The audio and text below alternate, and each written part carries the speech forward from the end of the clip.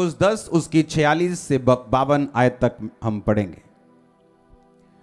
वे यरीहो में आए और जब वो और उसके चेले और एक बड़ी भीड़ यरीहो से निकलती थी तो तिमाई का पुत्र बरतिमाई एक अंधा भिखारी सड़क के किनारे बैठा था। जब वह सुनकर कि यीशु नासरी है पुकार पुकार कर कहने लगा, हे दाऊद की संतान यीशु मुझ पे दया कर, तब बहुतों ने उसे डांटा कि चुप रहें, परंतु वह और भी पुकारने लगा, हे दाऊद की संतान मुझ पे दया कर। तब यीशु ने उठकर कहा, उसे बुलाओ, और लोगों ने उस अंधे को बुलाकर उससे कहा, ढाढ़स बांध, उठ, वह तुझे बुलाता है। तब वह कपड़ा फेंककर शीघ्र उठा और यीशु के पास आया। इस पर यीशु ने उससे कहा, तू क्या चाहता है कि मैं तेरे लिए करूं? अंधे ने उससे कहा, हे रब्बी, कि मैं देखने लगूं। यीशु ने उससे कहा, चला जा, तेरे विश्वास ने तुझे चंगा किया है। वह तुरंत देखने लगा और मार्ग में उसके पीछे हो लिया।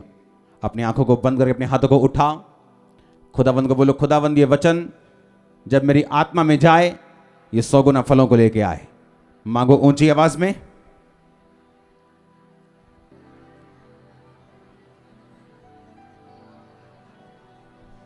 प्रभु यीशु मसीह के सामर्थ्य नाम में हम मांगते हैं।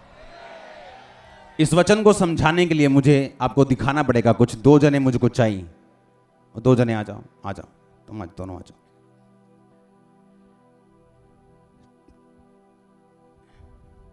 आपको यह मालूम होना चाहिए कि कोई भी छुटकारा अपने आप नहीं होता। कोई भी छुटकारा उसके लिए कीमत है, उसके लिए स्ट्रेटजी है, प्लान है और विल है, इच्छा छुटकारा लेने की।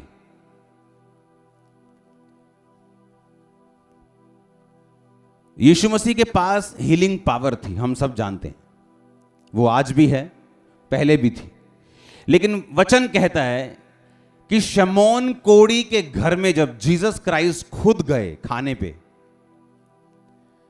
और खाना खा के जब वापिस आ गए, शमौन कोढ़ी का क्या रहा? कोढ़ी था। और ऐसे भी लोग थे जो जीसस क्राइस्ट जब उस जगह पे जा रहे थे तो जस्ट रास्ते में उसको छूकर वो चंगे हो रहे थे और कोढ़ से भी बड़ी बीमारियों से हील हो रहे थे। कितने इस बात को समझ रहे हैं? इसका मतलब क्या?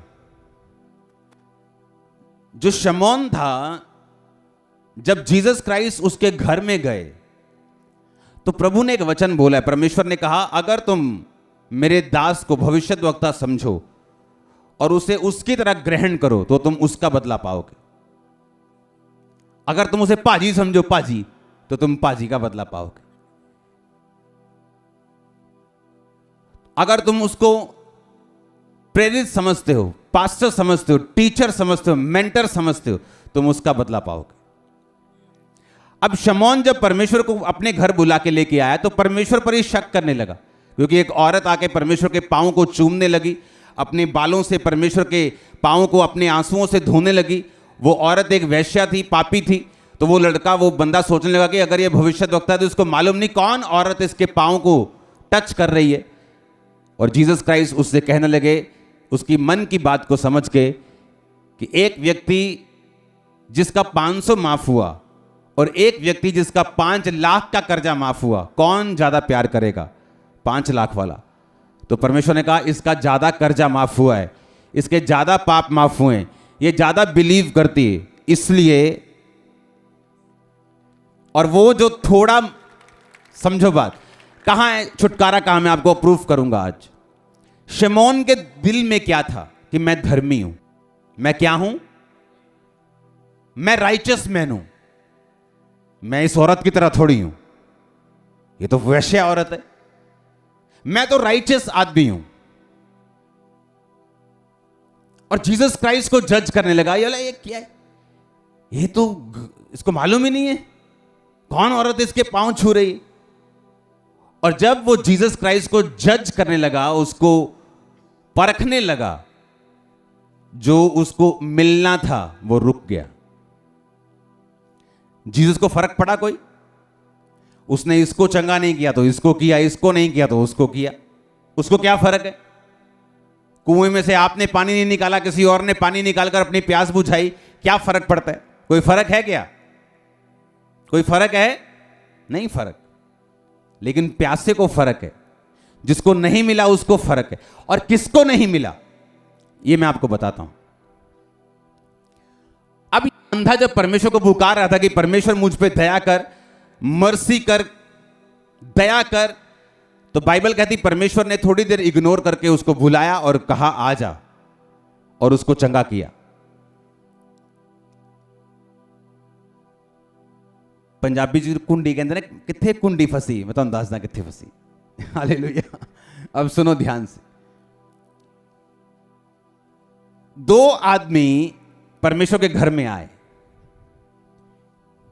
कौन इनमें से थोड़ा शरारती लग रहा है? ये लग रहा है थोड़ा।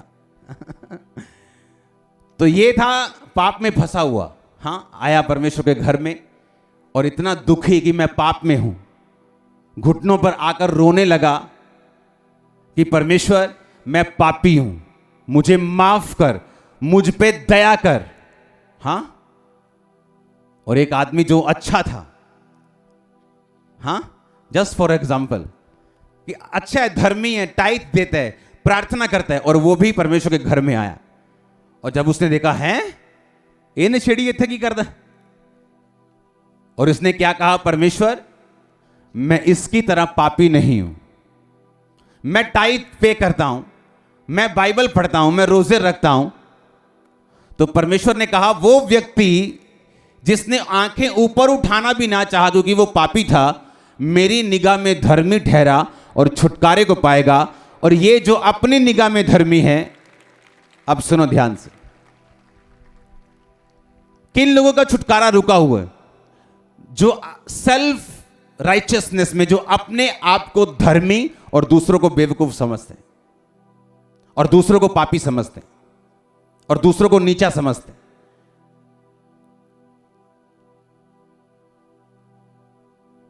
सुनो, इसका मतलब यह नहीं हम पाप करें और माफिया मांगे तो हम अच्छे रहेंगे। नो,